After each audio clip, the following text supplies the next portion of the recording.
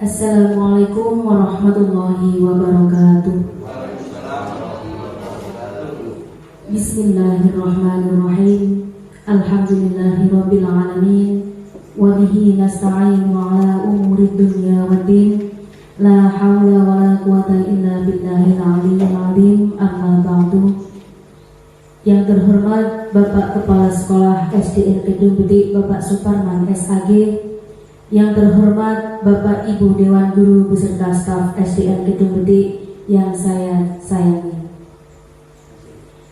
Pertama-tama marilah kita panjatkan puja-puji syukur kehadirat Allah Subhanahu wa Ta'ala yang telah melimpahkan karunia-Nya kepada kita semua, sehingga pada siang hari ini kita dapat melaksanakan acara pemaparan materi budaya positif modul 1.4 dalam keadaan sehat walafiat.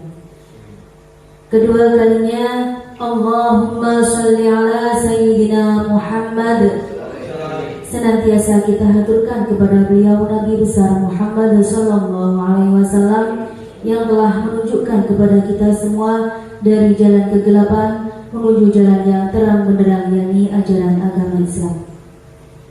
Sebelum materi kita mulai, saya akan membacakan susunan acara pada siang hari ini.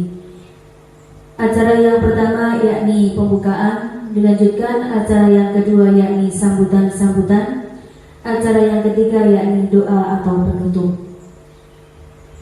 Baiklah, sebelum materi kita mulai, marilah kita awali dengan bacaan Ummul Quran. Mudah-mudahan apa yang disampaikan nanti bisa bermanfaat bagi kita semua dan mendapatkan pahala dari Allah Subhanahu wa Ta'ala. Ala hadhihi niyah wa ala kulli niyatin shalihah. Al-Fatihah.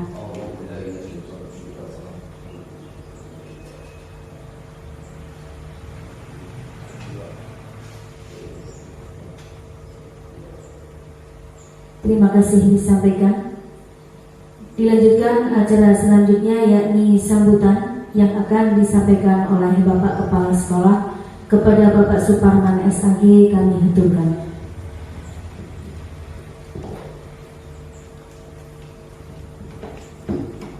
Assalamualaikum warahmatullahi wabarakatuh. Bismillahirrahmanirrahim. Alhamdulillahirabbil alamin. Allahumma subhanaka la ilma lana illa ma 'allamtana innaka antal alimul hakim. La haula wala quwwata illa billahil aliyyil azim. Amma ba'du. Yang kami hormati teman-teman, rekan-rekan guru maupun PDT yang ada di SDN Kedung Bedik rahimakumullah. Pertama, kita panjatkan rasa syukur kehadirat Allah Subhanahu wa Ta'ala. Yang kedua, mudah-mudahan sholawat serta salam tetap tercurah kepada beliau Nabi Muhammad sallallahu alaihi wasallam. Allahumma sholli ala Sayyidina Muhammad. Yang ketiga, saya ucapkan terima kasih atas pemberian waktu pada khususnya kepada kepala sekolah untuk memberikan sambutan tentang paparan mengenai budaya positif. Untuk itu kami sebagai kepala sekolah berterima kasih kepada Bapak Ibu sebagai guru penggerak yang hari ini akan disampaikan oleh Bu Muji Ananing Rahayu sebagai nanti narasumber daripada paparan budaya positif dengan modul 4 dengan modul 1.4. Jadi nanti Bapak Ibu guru lebih tahu dan lebih mengerti tentang materi tersebut, sehingga selanjutnya harapan kami selaku kepala sekolah nanti tetap panjenengan semuanya tetap berusaha agar panjenengan semuanya nanti bisa mengikuti sebagai guru penggerak.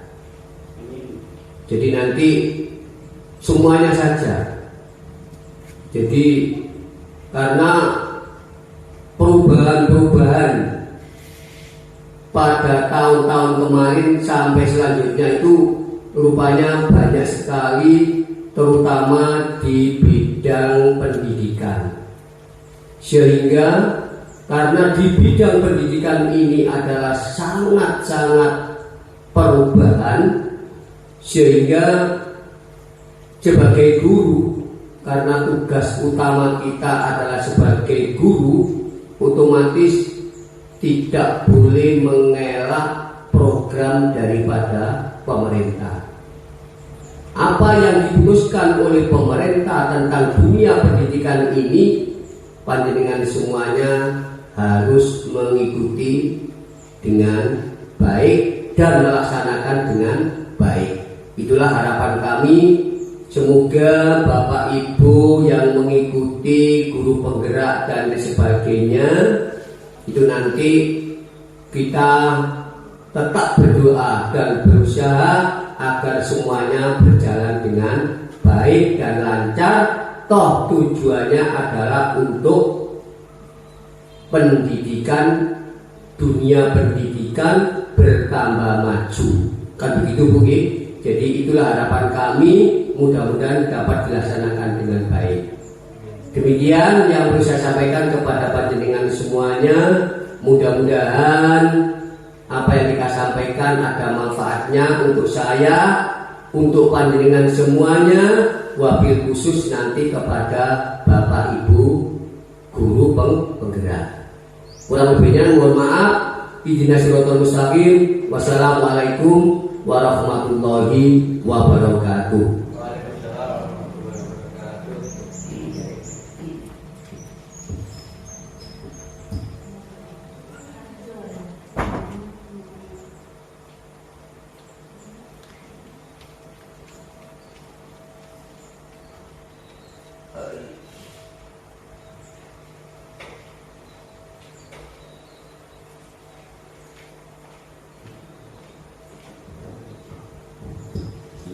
Terima kasih disampaikan. Mudah-mudahan apa yang telah disampaikan bisa bermanfaat bagi kita semua. Untuk acara selanjutnya yakni pemaparan materi budaya positif oleh Ibu Muji Anani Rahayu, kepadanya kami persilakan.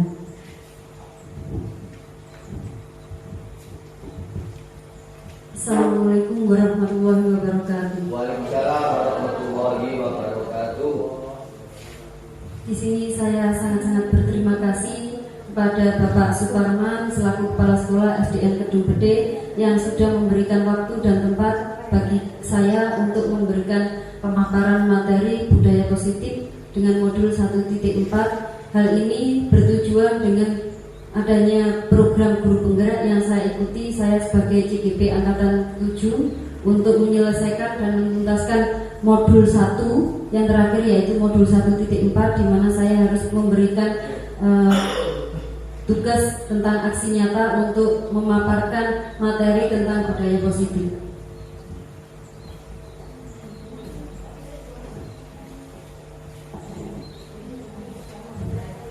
Untuk membangun budaya yang positif di sekolah kita memang perlu menyediakan lingkungan yang positif, aman, nyaman bagi semua murid kita. Hal ini kadang disebut juga dengan sekolah ramah anak atau SRA. Ya. Dan dalam bahasa Inggrisnya bisa disebut dengan well-being. Nah, salah satu strategi yang perlu kita tinjau ulang dalam bentuk disiplin, yaitu disiplin terhadap siswa kita di sekolah. Nah, disiplin di sini dikaitkan dengan kontrol. Budaya positif yang saya paparkan untuk hari ini ada 6 materi, yaitu yang pertama disiplin positif dan nilai-nilai kebajikan atau nilai kebajikan universal. Yang kedua, teori tentang motivasi, hukuman, penghargaan, dan restitusi. Yang ketiga, tentang keyakinan kelas atau disebut kesepakatan kelas.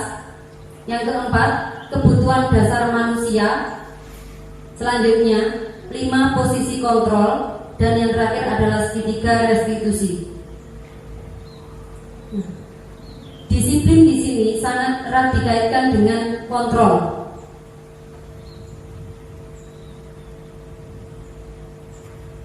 Nah, coba kita genggam tangan kita.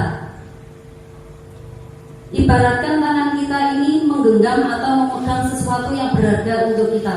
Misalnya saja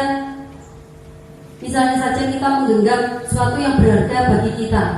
Siapakah yang dapat melepaskan genggaman tersebut? Diri kita sendiri, betul sekali. Nah, oleh sebab itu, kontrol itu yang bisa mengkontrol adalah diri kita sendiri.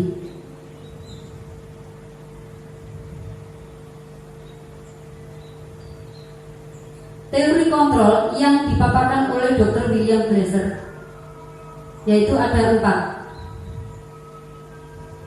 Yang pertama, ilusi guru tentang mengontrol murid. Kemudian ilusi bahwa semua penguatan positif itu efektif dan bermartabat. Yang ketiga, ilusi bahwa kritik dan membuat orang merasa bersalah dapat menguatkan karakter.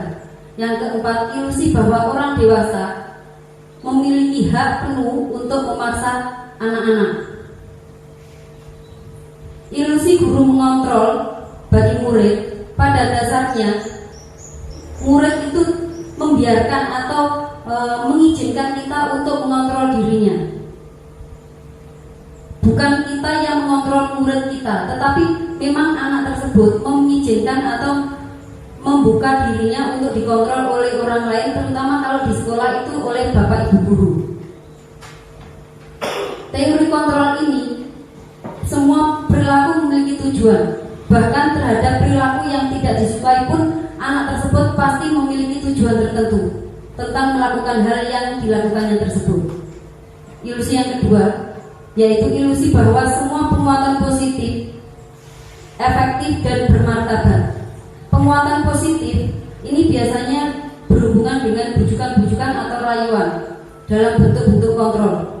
Segala usaha untuk mempengaruhi murid agar mengulangi suatu perilaku tertentu adalah satu usaha untuk mengontrol siswa tersebut. Dalam jangka waktu tertentu, kemungkinan murid tersebut akan menyadari, dan bisa saja suatu saat dia akan menolak atau sudah tidak mau untuk mengikuti bujukan atau rayuan kita. Sedangkan untuk ilusi bahwa kritik dapat membuat orang merasa bersalah dan dapat menguatkan karakter, yaitu menggunakan kritik dan rasa bersalah untuk mengontrol murid-murid kita menuju pada identitas gagal. Hal ini menunjukkan bahwa siswa tersebut harus memiliki rasa bersalah. Untuk jangka pendeknya mungkin tidak dirasa, tetapi jangka panjang dapat membuat anak atau siswa tersebut menjadi minder. Ilusi bahwa orang dewasa memiliki hak untuk memaksa. Orang dewasa percaya bahwa mereka memiliki tanggung jawab terhadap murid-murid atau anak-anaknya. Apapun yang dilakukan diterima selama ada kemajuan berdasarkan sebuah pengukuran kinerja.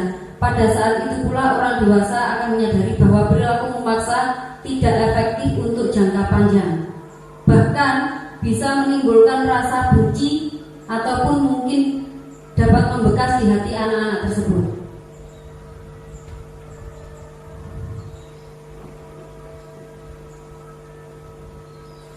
Bila kita ingin membuat kemajuan perlahan sedikit-sedikit, maka ubahlah sikap atau perilaku Anda. Namun bila ingin memperbaiki cara-cara utama kita, maka kita perlu mengubah kerangka acuan kita. Ubahlah bagaimana Anda melihat dunia, bagaimana Anda berpikir tentang manusia. Ubahlah paradigma atau skema pemahaman dan penjelasan aspek-aspek tertentu tentang realitas. Ini dikemukakan oleh Stephen R. Covey dalam bukunya Principle Contract.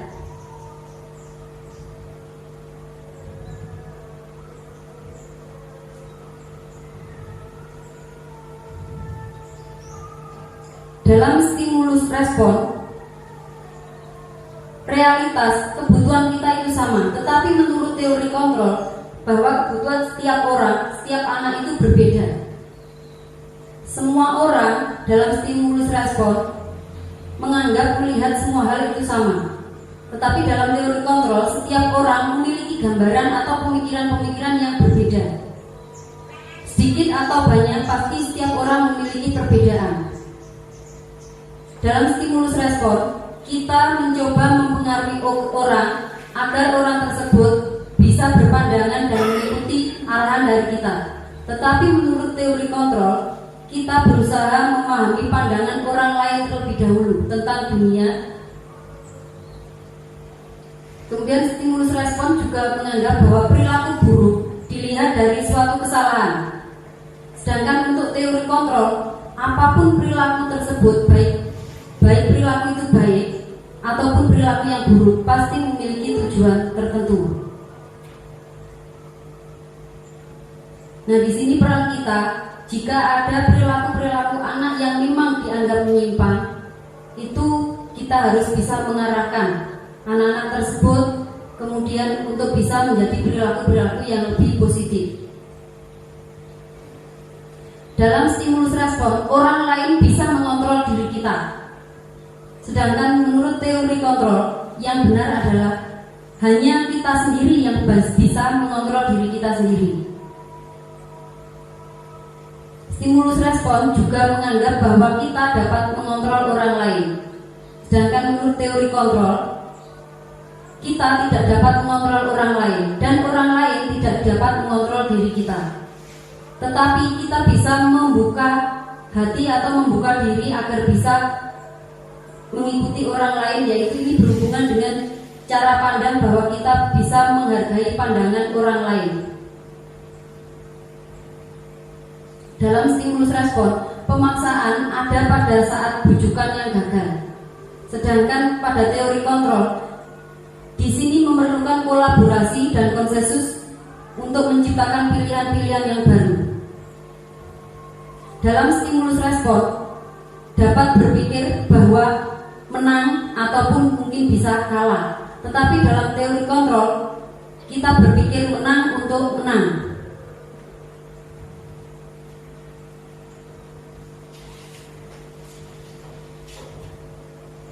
Nah, tujuan disiplin positif di sini yaitu menanamkan motivasi untuk orang yang mereka inginkan dan menghargai diri sendiri dengan nilai-nilai yang mereka percaya.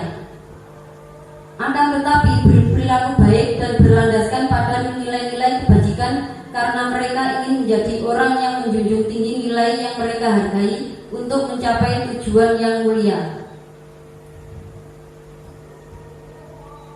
Makna kata disiplin positif menurut Bapak Pendidikan kita yaitu Ki Hajar Dewantara, di mana ada kemerdekaan, disitulah harus ada disiplin yang kuat.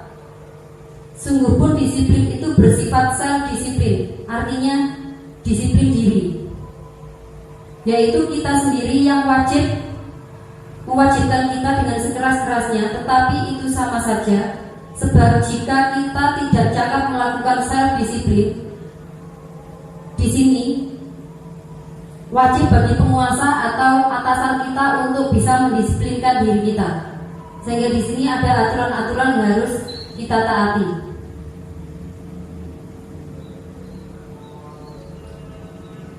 Ki Hajar Dewantara juga menyatakan bahwa untuk mencapai kemerdekaan atau dalam konteks pendidikan, untuk menciptakan murid yang merdeka, syarat utamanya adalah harus ada disiplin yang kuat. Disiplin yang dimaksud di sini adalah disiplin diri yang memiliki motivasi internal. Jika kita tidak memiliki motivasi internal, maka kita memerlukan pihak lain untuk bisa mendisiplinkan diri kita. Hal ini bisa disebut dengan motivasi eksternal karena berasal dari luar atau dari orang lain, bukan dari dalam diri kita sendiri.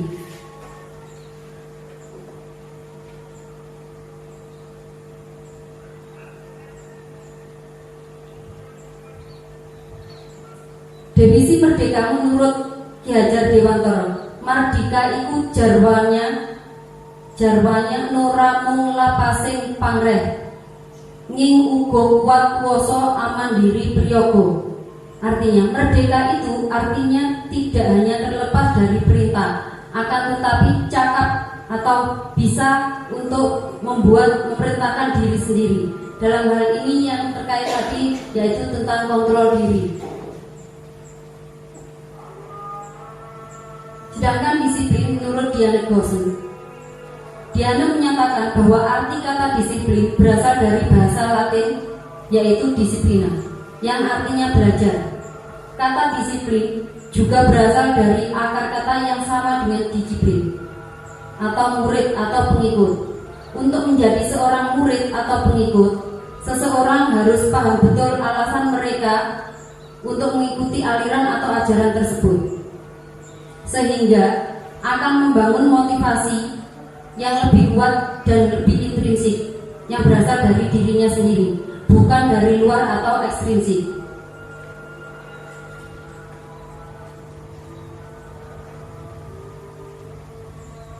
Nilai-nilai kebajikan tadi disebut dengan nilai-nilai kebajikan universal. Nilai-nilai kebajikan adalah sifat-sifat positif manusia yang merupakan tujuan mulia yang ingin dicapai setiap individu. Dr. William Glasser juga mengatakan bahwa mengaitkan nilai-nilai kebajikan yang diyakini oleh seseorang, maka motivasi intrinsiknya akan terbangun, sehingga menggerakkan motivasi diri untuk mencapai motivasi dari dalam dirinya untuk mencapai tujuan mulia yang diinginkan orang tersebut.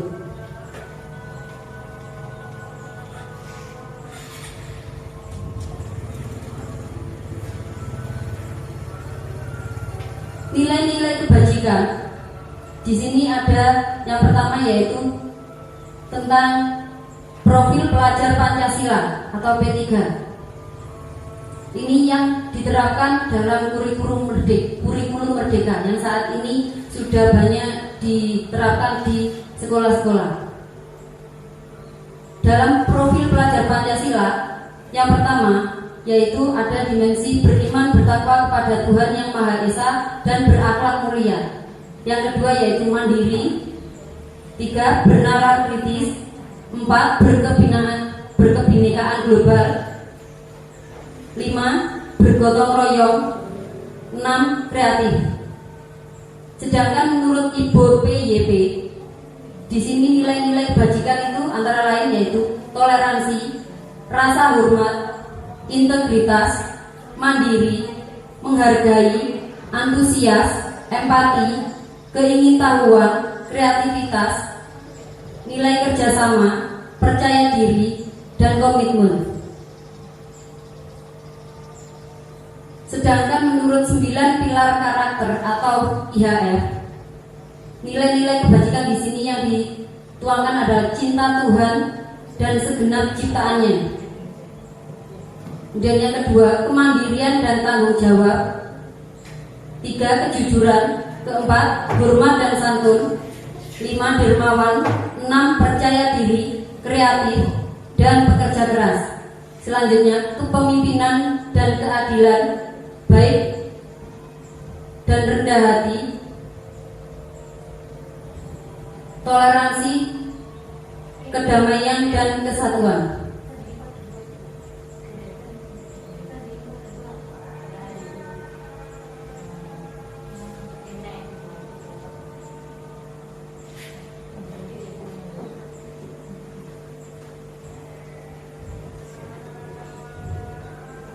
Dari building moral intelligence, yaitu yang ditemukan oleh Michael Burba, yang disebut The Seven Essential Virtues. Di sini diungkapkan tentang suara hati, kontrol diri, rasa hormat, kebaikan, toleransi, keadilan, dan empati. Sedangkan menurut The Virtues Project atau proyek nilai-nilai kebajikan, di sini ada sangat banyak sekali. Antara lain peduli, keterus-terangan, ini berhubungan dengan kejujuran, kebersihan, komitmen, belas kasih, percaya diri, bertujuan, tenggang rasa, gotong royong, keberanian, sopan santun, kreatif, semangat, kedermawanan, kejujuran, harga diri, rendah hati, dan lain-lain. Nah, sedangkan di sekolah kita bisa kita lihat nilai-nilai kebajikan di sekolah kita ini yang ada apa saja. Apakah nilai-nilai kebajikan di sekolah kita ini ada yang perlu dirubah atau perlu ditambah? Materi yang kedua yaitu tentang teori motivasi, hukuman, dan penghargaan dan restitusi.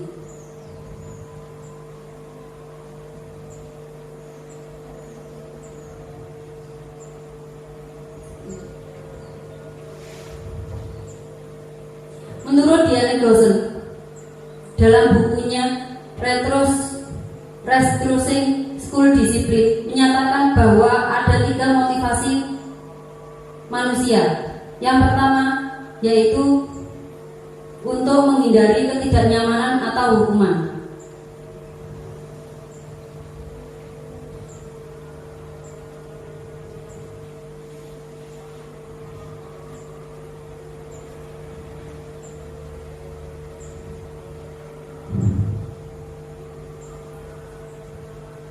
Ini merupakan motivasi yang paling rendah.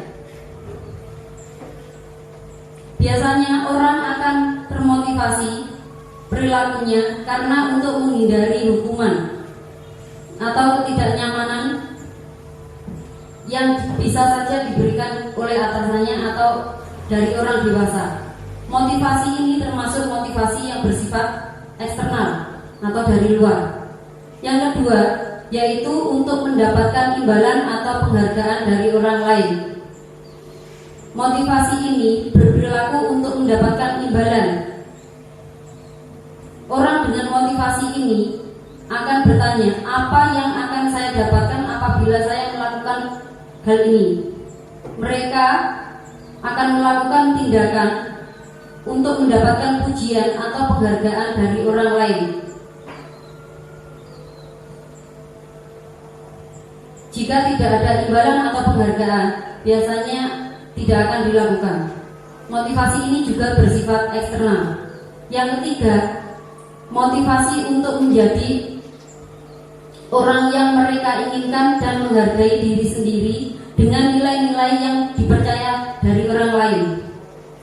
Orang dengan motivasi ini akan bertanya, akan menjadi orang seperti apa apabila saya melakukannya. Mereka melakukan sesuatu karena nilai yang mereka yakini dan dihargai. Mereka akan melakukan karena mereka ingin menjadi orang yang melakukan nilai-nilai yang positif yang mereka yakini. Ini merupakan motivasi yang membuat seseorang mempunyai disiplin positif yang tinggi. Karena motivasi ini bersifat internal, bukan motivasi yang bersifat eksternal. Motivasi ini termasuk motivasi yang tertinggi dan terbaik di antara ketiganya.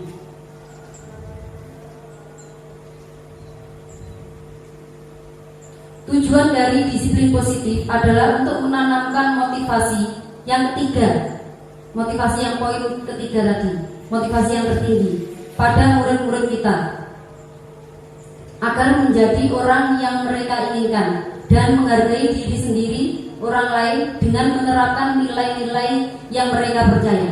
Ketika murid-murid kita melakukan motivasi tersebut, mereka telah memiliki motivasi intrinsik yang berdampak jangka panjang, motivasi yang tidak akan mudah terpengaruh pada hadiah ataupun pujian ataupun hukuman. Mereka akan tetap berperilaku yang baik, berlandaskan nilai-nilai kebajikan karena mereka ingin menjadi orang yang menjunjung tinggi nilai-nilai mereka yang mereka hargai.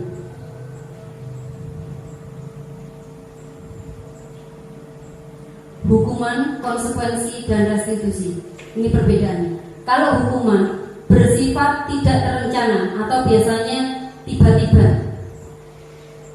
Hukuman bersifat satu arah, bisa saja dari guru atau dari orang dewasa tanpa ada imbal balik dari murid. Hukuman biasanya dapat berupa fisik atau psikis atau bersifat verbal, yaitu dengan perkataan-perkataan. Sedangkan konsekuensi ini sudah direncanakan atau terencana. Hal ini biasanya berupa peraturan-peraturan yang sudah disepakati, tetapi jika ada pelanggaran maka ada konsekuensi tersendiri. Konsekuensi diberikan berdasarkan suatu data yang umumnya dapat diukur. Murid tetap dibuat tidak nyaman jika dalam waktu jangka panjang. Di sini guru akan memonitor murid.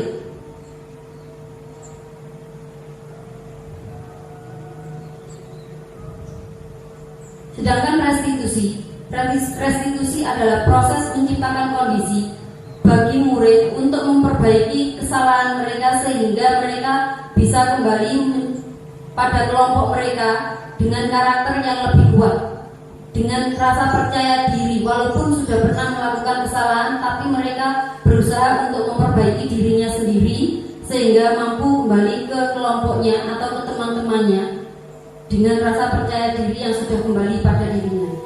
Menurut Gosen tahun 2004. Hal ini merupakan proses kolaboratif yang mengajarkan murid-murid untuk mencari solusi untuk masalah mereka dan membantu murid-murid tersebut untuk berpikir tentang orang seperti apa yang mereka inginkan.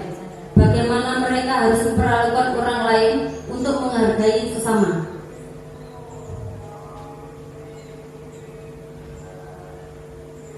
Sedangkan untuk penghargaan ini bisa berpengaruh untuk jangka pendek ataupun jangka panjang.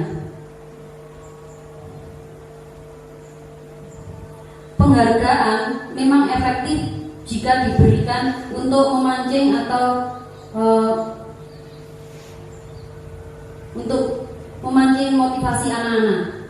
Tetapi jangka panjangnya, maka mereka akan selalu mengharapkan penghargaan dari kita jika akan melakukan sesuatu. Penghargaan di sini sehingga dirasa atau dinyatakan kurang efektif.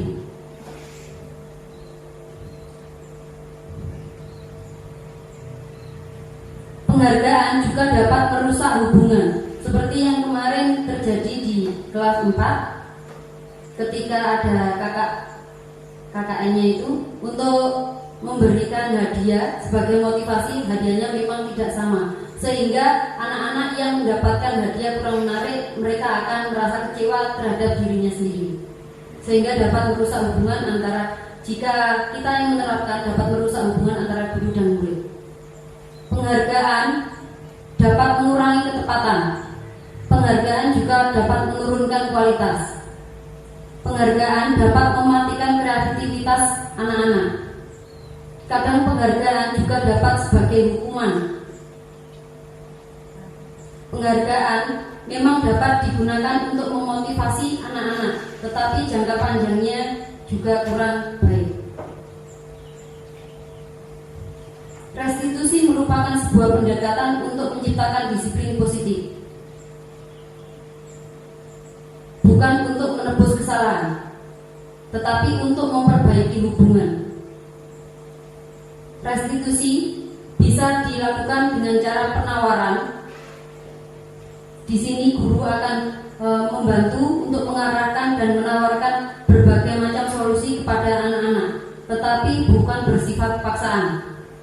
Restitusi juga dapat menuntun untuk melihat ke dalam dirinya sendiri. Hal-hal positif apa yang dimiliki oleh siswa tersebut. Restitusi fokus pada solusi untuk mencari kebutuhan dasar yang mendasari tindakan. Restitusi diri adalah cara yang paling baik untuk memecahkan masalah, karena fokus pada karakter bukan hanya pada tindakan saja. Restitusi juga dapat menguatkan, sehingga mengembalikan murid yang berbuat salah atau merasa salah pada kelompoknya dengan percaya diri yang sudah utuh, tidak minder lagi. Keyakinan kelas ini bisa disebut juga dengan kesepakatan kelas. Keyakinan kelas bersifat lebih abstrak daripada peraturan, namun lebih rinci rinci dan konkret. Keyakinan kelas dapat berupa pernyataan-pernyataan yang universal. Keyakinan kelas ini dibuat dalam bentuk yang positif, bukan larangan atau bentuk yang negatif, tetapi diarahkan dalam bentuk yang positif.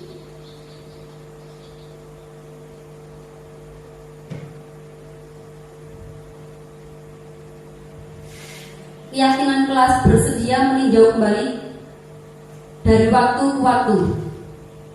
Karena keyakinan kelas, misalnya saja untuk tahun ini bisa dibentuk oleh kelompok ini, kemudian tahun depannya bisa diubah lagi karena penduduknya juga berbeda. Setiap tahun akan ada pergantian siswa. Cara-cara atau prosedur pembentukan keyakinan kelas yang pertama yaitu mempersilahkan warga sekolah atau anak-anak dalam kelas tersebut untuk melakukan curah pendapat tentang peraturan yang perlu disepakati yang diterapkan di kelas tersebut. Guru akan mencatat semua masukan dari para murid atau warga sekolah di papan tulis atau di kertas, di mana semua anggota kelas atau warga sekolah bisa melihat hasil curah pendapat tersebut. Susunlah keyakinan kelas tersebut sesuai dengan prosedur pembentukan keyakinan sekolah atau keyakinan kelas. Kata-kata yang bersifat negatif harus diubah menjadi kalimat yang positif. Misalnya saja jangan berlari, maka bisa diganti menjadi kalimat positif, berjalanlah di kelas atau koridor.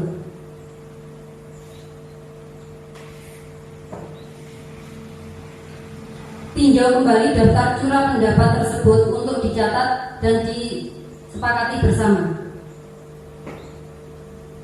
Keyakinan kelas sebaiknya tidak terlalu banyak agar bisa diingat dan dipahami oleh setiap anak, sehingga mereka dapat melakukannya dengan sukarela dan ikhlas. Setelah keyakinan kelas atau keyakinan sekolah ini dibuat, maka semua warga kelas dipersilakan untuk melihat atau meninjau ulang dan menyetujuinya.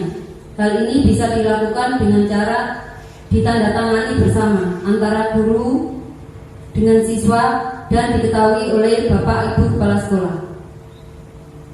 Keyakinan sekolah atau keyakinan kelas selanjutnya bisa diletakkan di dinding kelas yang dapat mudah dijangkau atau dilihat oleh semua warga kelas. Materi selanjutnya yaitu tentang kebutuhan dasar manusia dan dunia yang berkualitas. Menurut Dr. William Blazer, di sini ada 5 kebutuhan dasar manusia. Yang pertama adalah kebutuhan untuk bertahan hidup. Yang kedua, kebutuhan kasih sayang dan rasa diterima. Yang ketiga, kebutuhan kebebasan. Yang keempat, kebutuhan kesenangan. Yang kelima, kebutuhan tentang penguasaan. Sedangkan dunia berkualitas adalah tempat khusus dalam pikiran Anda atau pikiran kita, di mana tempat tersebut dapat menyimpan gambaran representasi dari semua yang kita lakukan. Bisa berisi tentang orang-orang, hal-hal apa saja yang terbaik dalam hidup kita untuk membuat kita merasa bahagia dan terpenuhi kebutuhan dasar kita. Dr. William Blazer menyebutkan seperti semacam album foto, sehingga isinya tidak akan terlalu banyak, hanya akan terdiri dari beberapa hal saja yang sangat signifikan dan benar-benar terbaik dalam hidup kita, yang dapat membuat hidup kita menjadi lebih bermakna.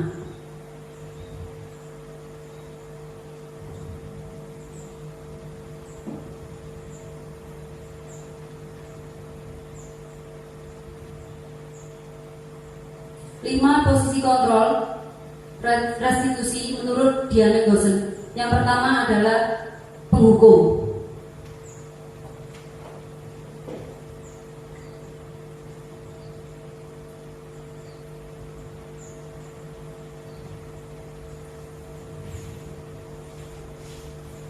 penghukum di sini, guru akan berbuat untuk menghardik atau menunjuk, menyakiti ataupun mungkin menyindir.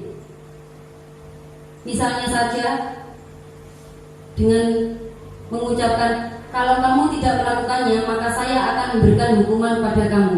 Ini termasuk posisi penghukum. Sedangkan posisi pembuat orang bersalah atau pembuat merasa bersalah, guru akan berceramah atau menunjukkan kekecewaannya terhadap siswa yang melakukan kesalahan. Misalnya saja dengan mengucapkan, kamu sudah sangat mengecewakan ibu, perbuatan kamu ini tidak benar. Sedangkan posisi yang ketiga, yaitu guru akan menempatkan diri sebagai teman bagi siswa. Di sini guru akan membuat alasan-alasan untuk murid-muridnya. Di sini akan lebih halus atau lebih lunak kata-katanya. Misalnya saja, lakukanlah. Ya sudah, nanti Bapak Ibu akan membantu membereskan tugas-tugas kamu. Tetapi di sini hasilnya mereka akan lebih tergantung karena guru akan lebih mudah untuk memberikan maaf untuk siswa-siswa yang melakukan kesalahan. Kemudian yang keempat, posisi sebagai pemantau.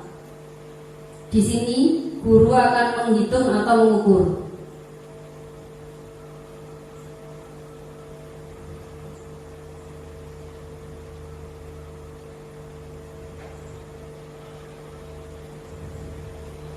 Guru akan memantau atau mengawasi anak-anak.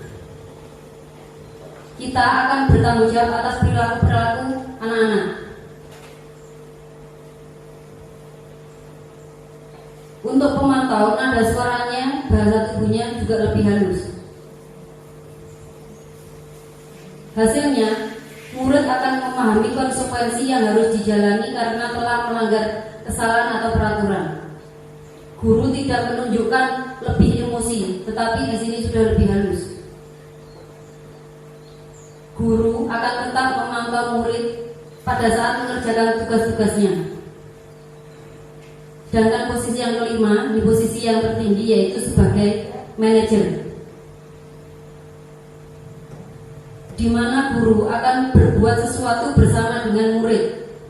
Di sini akan bersama-sama mempersilakan murid untuk mempertanggungjawabkan perilakunya, mendukung murid agar dapat menemukan solusi untuk dirinya sendiri atas masalah yang sudah dibuat.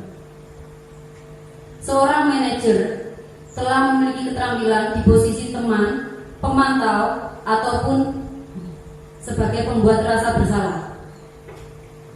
Dalam posisi manajer, keempat posisi yang di atasnya itu sudah tercakup, sehingga posisi manajer ini merupakan posisi yang dianggap paling baik.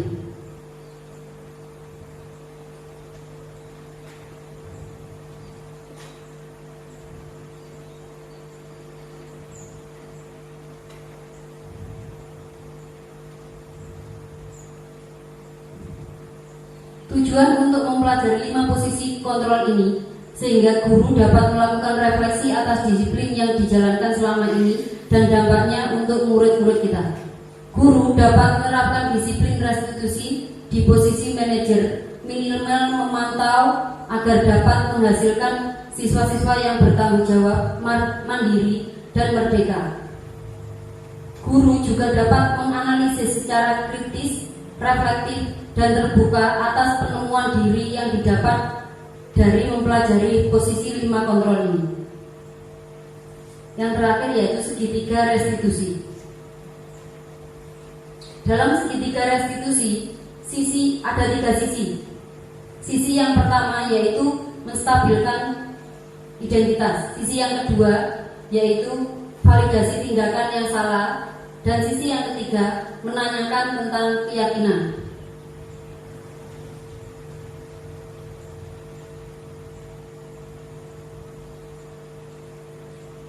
Sisi yang pertama yaitu menstabilkan identitas.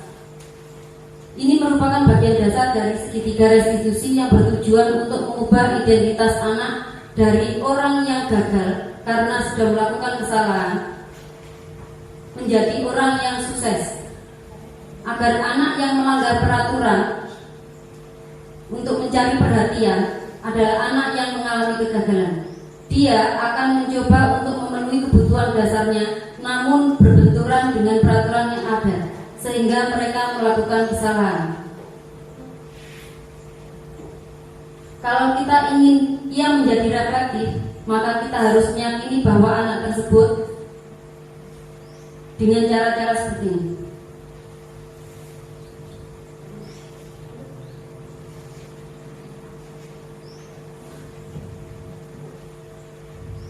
Ketika seseorang merasa bersedih dan emosional, maka tidak bisa mengakses bagian otak yang berfungsi untuk berpikir rasional, seperti yang dilakukan oleh anak yang bersalah.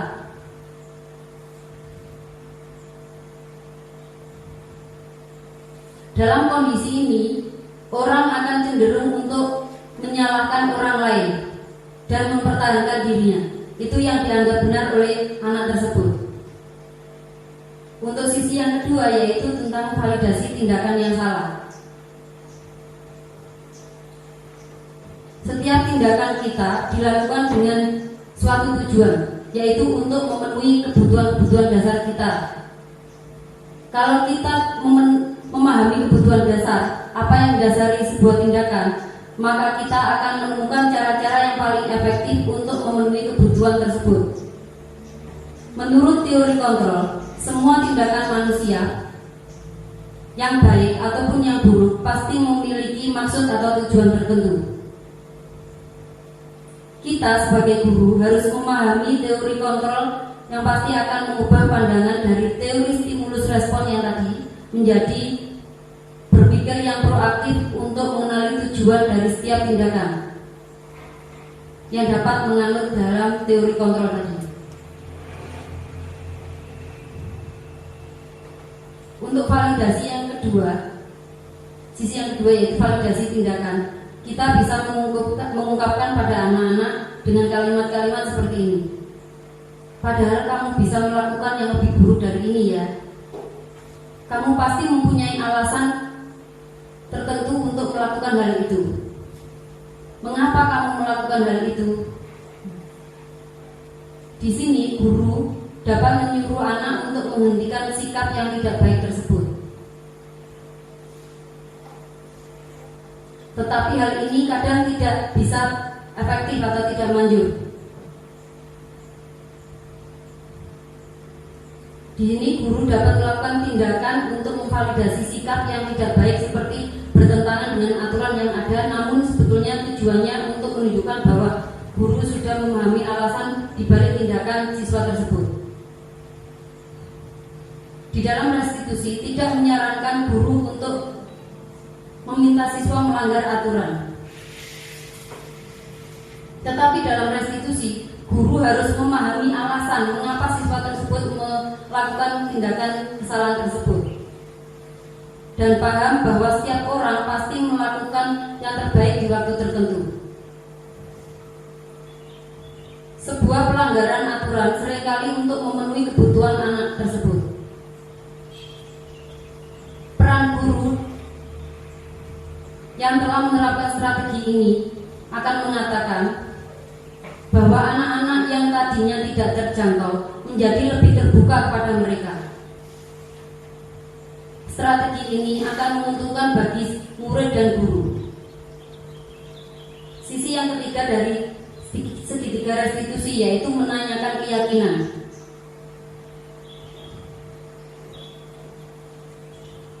Pada dasarnya termotivasi secara internal. Ketika identitas sukses telah mencapai langkah 1 dan 2, maka anak akan siap untuk dihubungkan dengan nilai-nilai yang dia percaya. Di sini bisa kita ungkapkan dengan apakah yang kita percayai sebagai kelas atau keluarga, apakah nilai-nilai umum yang telah disepakati. Kamu mau menjadi orang yang seperti apa? Penting untuk menanyakan hal itu kepada anak. Kehidupan tersebut nantinya akan diinginkan oleh anak tersebut seperti yang bagaimana? Apakah kamu nanti ingin menjadi orang yang sukses? Apakah ingin menjadi bertanggung jawab? Seperti itu. Kebanyakan dari mereka pasti akan menjawab iya, tetapi mereka tidak tahu bagaimana caranya untuk menjadi orang yang seperti itu.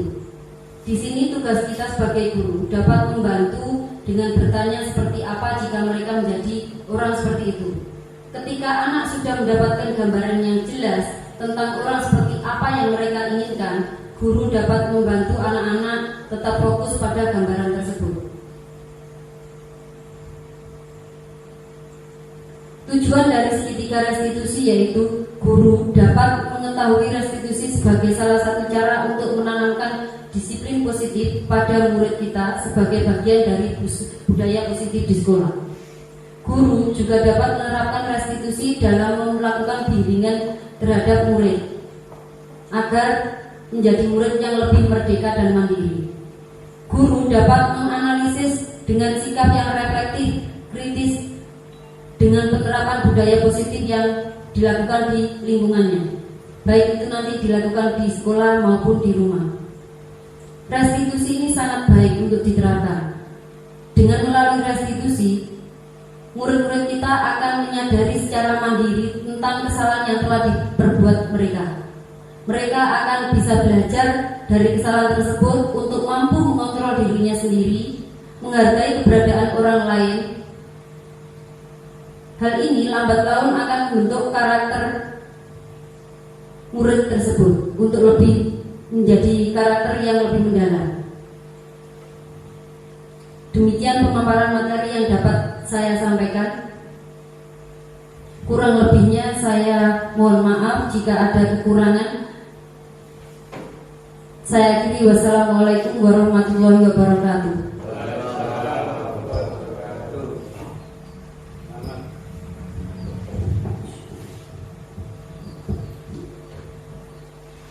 Terima kasih disampaikan. Mudah-mudahan apa yang telah disampaikan Bu Ana tadi dapat menambahkan ilmu kita semua. Untuk acara selanjutnya yakni pembacaan doa yang akan dibacakan oleh Bapak Sudarsono, kepadanya kami aturkan.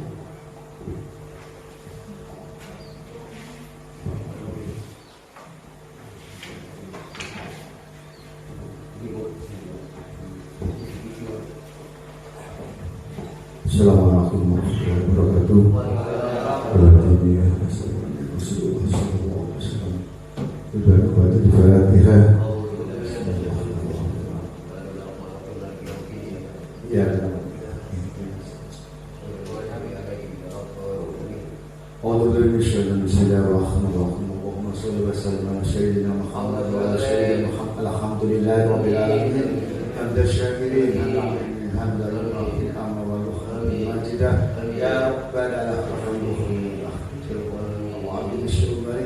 اللهم صل على سيدنا محمد صلاة تنجينا بها من جميع الوارث والفقر إذا نبي جميع الحاجات وتطهرنا بها من جميع سيئات وترفعنا به أعلى الدرجات وتبلغنا بها أشرف غايات من جميع خيرات الحياة.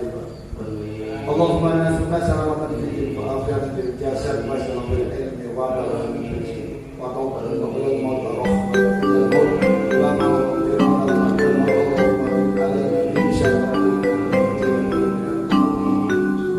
ربنا آتنا في الدنيا حسنة وفي الآخرة حسنة وقنا عذاب النار سبحان ربك رب العزة عما يصفون وسلام على المرسلين. Pagiku cerahku, matahari bersinar, ku gendong tas merahku di pundak. Selamat pagi semua, ku nantikan dirimu di depan kelasmu, menantikan kami. Guruku tersayang, guru tercinta, tanpamu apa jadinya aku? Tak bisa baca tulis, mengerti banyak hal. Guruku, terima kasihku. Nyatanya diriku